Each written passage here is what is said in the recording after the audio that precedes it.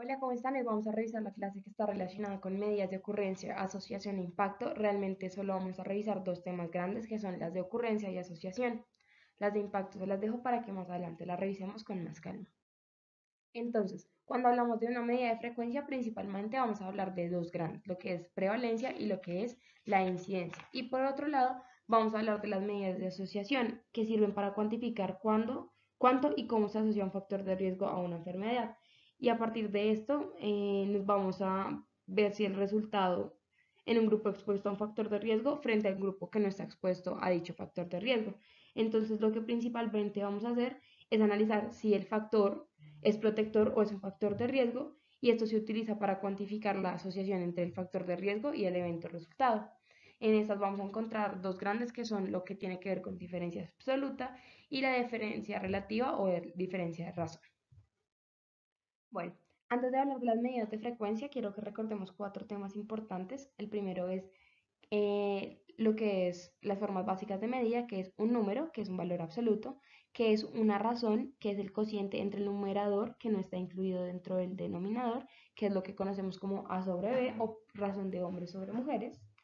Lo que tenemos como una proporción, que es el cociente en el cual el numerador sí está incluido dentro del denominador y va de 0 a 1, y este se expresa con la fórmula de A sobre A más B. Por ejemplo, proporción de aprobados eh, sobre proporción de aprobados más los no aprobados. Y finalmente tenemos la tasa, que lo que hace es medir la ocurrencia de un suceso durante un periodo de tiempo en una población determinada. Es importante tener en cuenta que esto se parece mucho a la proporción, pero que a diferencia de esta incluye el tiempo como en la ecuación, digámoslo así. Teniendo en cuenta esto, ya podemos comenzar a revisar las medidas de frecuencia y vamos a comenzar con lo que es la prevalencia. Podemos decir que la prevalencia es el número total de casos entre el total de la población. Esta se expresa en forma de proporción porque tenemos un número de casos de una enfermedad y esos casos están incluidos dentro de la población que tenemos en ese momento. Otra cosa importante de la prevalencia es que podemos calcularla en la población total o podemos también calcularlo en una muestra representativa para estimar la prevalencia de alguna enfermedad. Dentro de los tipos de prevalencia podemos encontrar tres cosas grandes. La de punto, que se parece mucho a un corte transversal, es una foto en el tiempo. La de periodo, que estamos tomando un rango, si es en el último mes, en la última semana o en el último año.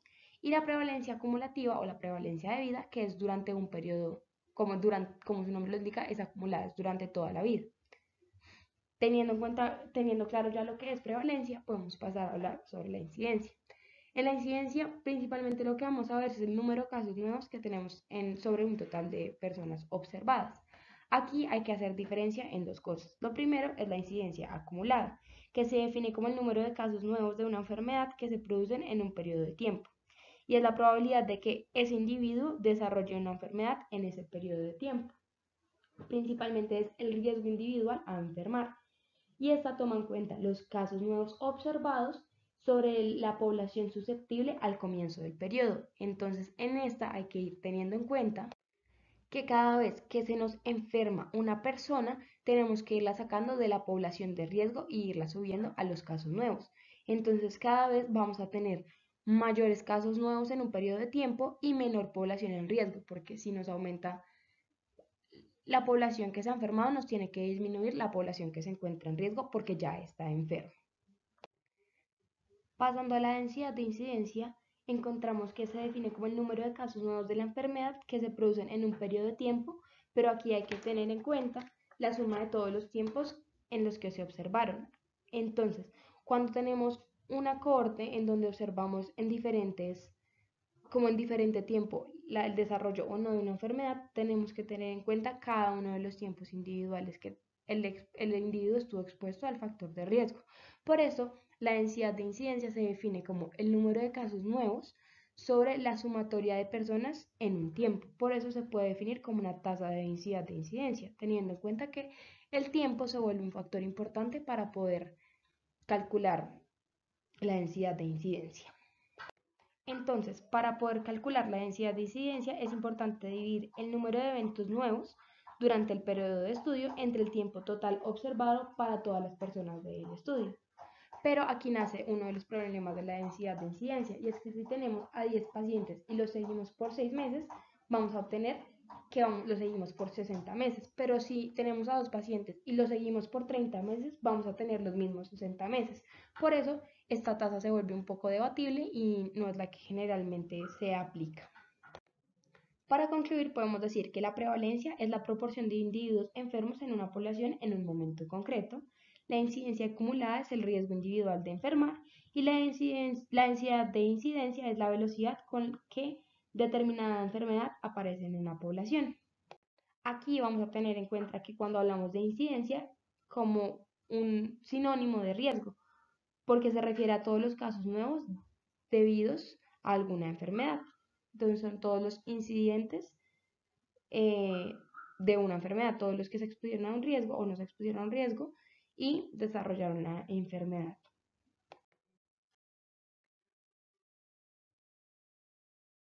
Entonces, aquí vamos a comenzar a hablar de lo que son las medidas de asociación. Para esto hay que llevarse en la cabeza esta tabla de 2×2 y deben tenerla en cuenta siempre que vayan a calcular algún riesgo de alguna medida de asociación. ¿Por qué? Porque de esta forma va a ser más fácil calcularla y entender cómo se calculan y por qué se calculan de esta forma. Entonces, en la primera vamos a encontrar el factor de riesgo. Vamos a encontrar el factor de riesgo de al que se expusieron los enfermos y los sanos. Entonces, factor de riesgo, los que están enfermos y los que están sanos, y no factor de riesgo, los que están enfermos y los que están sanos. O lo podemos ver de otra forma. Los enfermos que estuvieron expuestos al factor de riesgo y los enfermos que no estuvieron expuestos al factor de riesgo, y del mismo modo para los sanos. Finalmente, en la última columna y en la última fila vamos a encontrar el total de cada una de estas. Entonces, lo que nos permite una medida de asociación principalmente es medir la magnitud con la que dos características, fenómenos o variables se relacionan. Entonces, vamos a encontrar una relación entre un factor de riesgo y un desenlace. Aquí vamos a encontrar tres medidas principales, lo que es el riesgo relativo, el odds ratio y la razón de prevalencias. Cuando hablamos de riesgo relativo, siempre lo vamos a relacionar con la incidencia. En este caso vamos a aplicarlo en estudios prospectivos, que pueden ser estudios de cohorte o ensayos clínicos. Mientras que los odds ratio lo vamos a aplicar en estudios retrospectivos, como lo que son casos y controles. Y finalmente tenemos la razón de prevalencia, que vamos a aplicarlo en estudios transversales, y lo que vamos a mirar es la prevalencia de una enfermedad. Vamos a comenzar con el riesgo relativo. Cuando hablamos de riesgo relativo, estamos hablando de la fuerza de asociación entre el factor de riesgo y la enfermedad. Entonces, por eso lo vamos a ver en los estudios prospectivos como lo son cohortes y ensayos clínicos, que nos van a buscar responder, que nos va a buscar preguntar el riesgo relativo o responde a que el riesgo relativo a cuánto más frecuente es la enfermedad entre los expuestos a un factor de riesgo respecto a los no expuestos. Entonces, esta medida nos las pueden dar entre 0 e infinito y siempre lo que nos va a hablar es sobre la incidencia. Entonces, si estamos hablando de cuánto es más frecuente una enfermedad entre los expuestos a un factor de riesgo respecto a los no expuestos, vamos a comenzar a hablar de una razón en donde el numerador no se incluye dentro del denominador. Aquí lo podemos ver. Estamos hablando sobre la incidencia de los expuestos, que la incidencia de los expuestos se puede expresar como los que se enfermaron y estuvieron expuestos al factor de riesgo sobre los que no se enfermaron y estuvieron expuestos al factor de riesgo y no estuvieron expuestos al factor de riesgo. Entonces, podemos observar que los enfermos serían los casos incidentes, porque serían los casos nuevos, porque estamos hablando de estudios en donde comenzamos con una población sana y fuimos hacia adelante a ver cómo estos, dependiendo si se exponían o no al factor de riesgo, desarrollaban o no la enfermedad.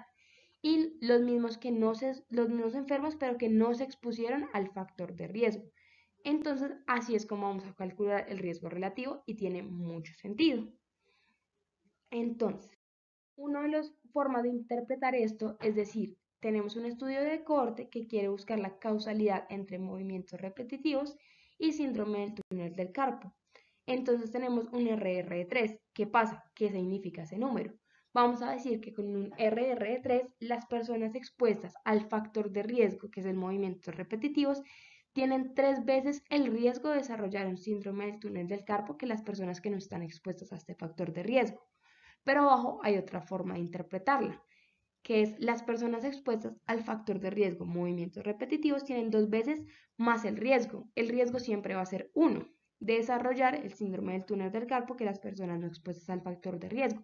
Por eso en este caso se utiliza 2, porque le estamos sumando 1 del riesgo. Si sumamos 2 más 1 nos va a dar un RR de 3. Y esto explica por qué cuando utilizamos más el riesgo, no utilizamos el resultado, sino que al resultado le restamos 1.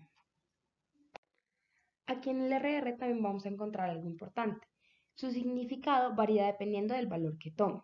Cuando hablamos de que tenemos un RR mayor a 1, vamos a hablar que tiene relación con el factor de riesgo, o sea que hay asociación como un factor de riesgo. Cuando obtenemos un RR de igual a 1, es indiferente la incidencia de los expuestos y la de los no expuestos. Y cuando tenemos un RR menor a 1, vamos a decir que este factor no es un factor de riesgo, sino un factor protector. Ahora pasamos al OTS, que es el que generalmente vamos a utilizar en estudios retrospectivos. ¿Y por qué? Porque en este caso lo que tenemos es una población enferma que vamos a comparar con una población que es sana, y de ahí para atrás vamos a mirar si se expusieron o no a un factor de riesgo que tengan alguna relación con la enfermedad. En muchos casos se dice que este nos permite estimar el RR y que adicionalmente este lo que nos va a permitir conocer es la probabilidad de desarrollar un evento sobre la probabilidad de no desarrollarlo. Para entender cómo funciona el odds, vamos a decir que el odds es la probabilidad de desarrollar un evento sobre la probabilidad de no desarrollarlo. Probabilidad de desarrollarlo es A y la probabilidad de no desarrollarlo es 1 menos A.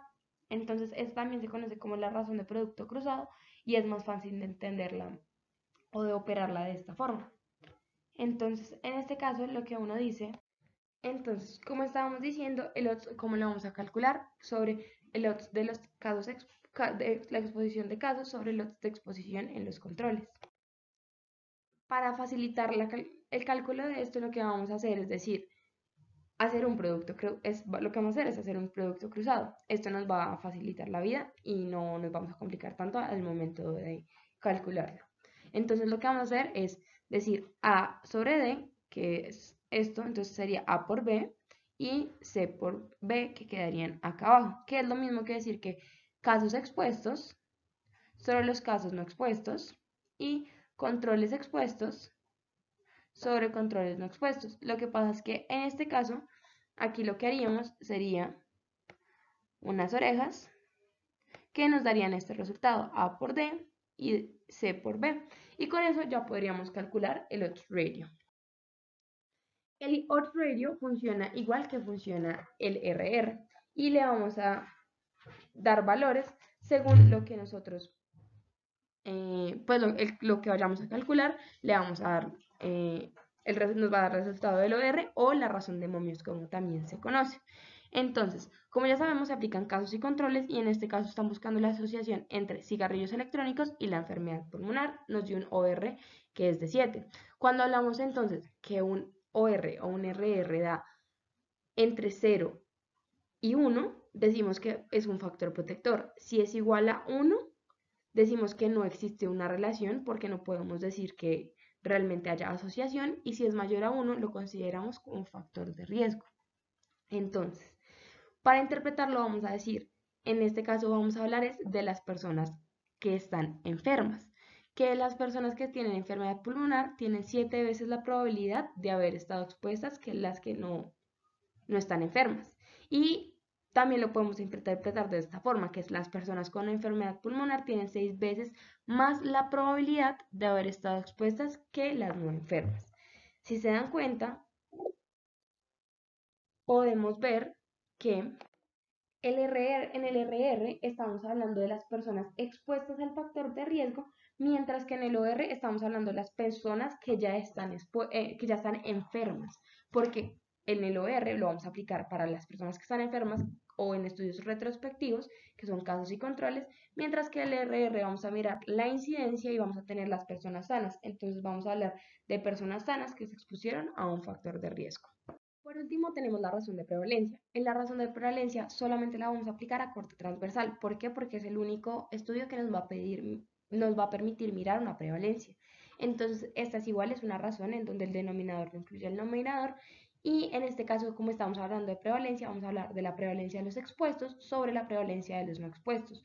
Cuando hablamos de la prevalencia de los expuestos, estamos hablando de los que están enfermos y se expusieron, entonces sería A sobre A más B, y la prevalencia de los que no están expuestos, que sería, como decir, los que están enfermos, pero no se expusieron. Por eso, si se dan cuenta, en ningún momento se incluye uno sobre el otro. Entonces, aquí lo tenemos. Y lo que vamos a hacer es finalmente operarlos. Podemos operarlos sacando esta y esta, o también podemos hacer las orejas. De la misma forma nos va a dar el resultado. Cuando tengamos el resultado, ¿qué vamos a interpretar? ¿Cómo vamos a interpretar una razón de prevalencias? Principalmente lo que vamos a ver es el número de veces más que padecen la enfermedad los expuestos frente a los no expuestos. Entonces, si se dan cuenta, podemos ver que cuando estábamos hablando del RR, estábamos hablando de las personas expuestas al factor de riesgo que tienen más riesgo de contraer una enfermedad sobre las que no están expuestas. Cuando hablábamos del odds ratio, estábamos hablando de las personas que están enfermas, que tienen más veces la probabilidad de haber estado expuestas al factor de riesgo. Y cuando estamos hablando de la prevalencia, estamos hablando del número de veces más que padecen la enfermedad los expuestos frente a los no expuestos.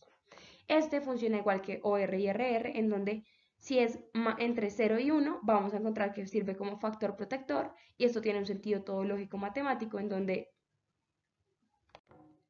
teniendo en cuenta que si el numerador o el denominador es más grande, nos va a dar hacia 1, nos va a ser 1, que sería que no existe ninguna relación, o que la relación es o sea, es 1 por 1, o sea, si yo me enfermo y estoy expuesto, es casi que el que no se expone y está enfermo también.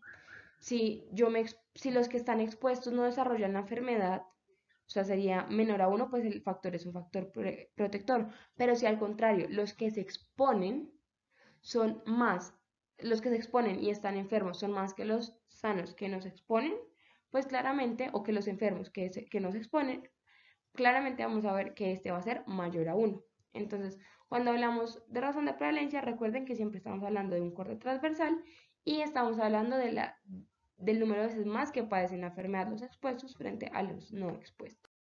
Entonces, todo lo que les he venido contando, RR, OR y RR se interpretan según un número nulo, que va a ser, si es mayor a 1 va a funcionar con factor de riesgo, si es igual a 1 es indiferente, no existe ninguna asociación. Por lo contrario, si es menor a 1, vamos a encontrar que es un factor protector. ¿Cómo la vamos a interpretar? Como ya les dije, hay dos opciones, veces más o por cada uno. Si yo estoy hablando de por cada uno, utilizo el mismo resultado que me dio. Si estoy incluyéndolo veces más, o sea, más la probabilidad, le tengo que restar 1 a mi resultado para que pueda interpretarlo de esta forma. Adicionalmente, estos valores siempre van acompañados de una cosa que es el intervalo de confianza. El intervalo de confianza lo que nos permite es generar unos límites que con cierta seguridad contendrán el valor verdadero. O sea que si yo estudio en mi población y solamente tengo un número, hay menos probabilidades de pegarle el número, que si tengo un rango de números en los que puede variar mi resultado.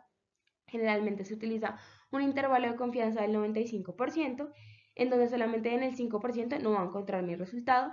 Y cuando decimos que no es significativo, o sea, ¿cómo uno interpreta el intervalo de confianza? Es muy similar a la parte del 1. Si tenemos un intervalo de confianza que pase por 1, vamos a decir que no es estadísticamente significativo. ¿Por qué? Porque este pasa por el valor nulo, o sea, este cruza el valor 1, entonces no sabemos si es un factor de riesgo o un factor protector. Mientras que si este no contiene el 1, o sea, si digamos va de 0.2 a 0.8, no contiene en ningún momento 1, podemos decir que es estadísticamente significativo, que sí hay asociación y que hay poca probabilidad de que sea dado por el azar. ¿Cómo podemos decir que no contiene el 1? Como ya les dije, o va de 0,2 a 0,8, o es mayor a 1, va entre 2 y 4, ¿sí? pero si contiene el 1, por ejemplo, de 0,5 a 1,2, entonces decimos que este no es estadísticamente significativo. Finalmente, en la presentación que les voy a dejar van a quedar unos ejercicios. La idea es que los vamos a ir desarrollando poco a poco. Y los últimos dos que les quedan sí es para que los vayan desarrollando o ustedes según lo que aprendieron de este video. Entonces, primer ejercicio, si queremos calcular una R, ¿qué necesitamos conocer de los expuestos y los no expuestos? Si estamos hablando de 1R, acuérdense que para este caso necesitaríamos la prevalencia en expuestos sobre la prevalencia de los no expuestos. ¿Por qué? Porque estamos hablando de los casos que están expuestos sobre los casos que no están expuestos. Entonces, hablamos de que los casos que se exponen serían los casos, sería A sobre los casos que no están expuestos, que en este caso sería C. Y por el otro lado tenemos a los controles que estuvieron expuestos, que serían B, y los controles que no estuvieron expuestos, que serían D. Siguiente, ¿qué tipo de estudios se consideran retrospectivos? Recuerden que los retrospectivos estamos hablando de estudios que a partir de una población enferma comenzamos a mirar hacia atrás. Entonces, en este caso aplicarían los casos y los controles. Y la otra pregunta es, en un estudio con direccionalidad retrospectiva, la medida de asociación correcta a utilizar, ¿cuál sería? Como ya les he dicho varias veces, sería el odds ratio, que nos permite mirar casos y controles, que serían nuestros estudios retrospectivos, y asociación de alguna enfermedad con exposición a un factor de riesgo. En un estudio de cohorte, ¿qué se puede evaluar? ¿Qué podemos evaluar en un estudio de cohorte? Acuérdense que en cohorte tenemos un grupo o una cohorte de personas sanas que unos se exponen a un factor de riesgo y otros no. En este caso estamos mirando quiénes se enferman, estaríamos mirando la incidencia. ¿Y qué es la razón de riesgo? Acuérdense que en razón de riesgo estamos hablando de la incidencia de los expuestos sobre la incidencia de los no expuestos. Entonces, ¿qué es? Es una razón de incidencias. Finalmente les dejo estos ejercicios para que los desarrollen. En cada uno de ellos la idea es que sepan qué tipo de estudio es, cómo asignarían el tipo de estudio, elaboren el cuadro de 2x2 a partir de la información que hay y que adicionalmente vayan calculando la medida de asociación y la interpreten. Vean qué tipo de medida de asociación debe ser y la interpreten. Este sería el segundo caso. La idea es que apliquen los mismos conocimientos que aprendieron durante la clase y esta presentación y durante la tutoría para que puedan calcular los resultados y puedan ver no solo mirar qué tipo de medida se asocia, sino qué tipo de estudio es y a partir de ese tipo de estudio uno le asocie una medida de asociación. Espero que hayan disfrutado el video y que sea muy útil para ustedes.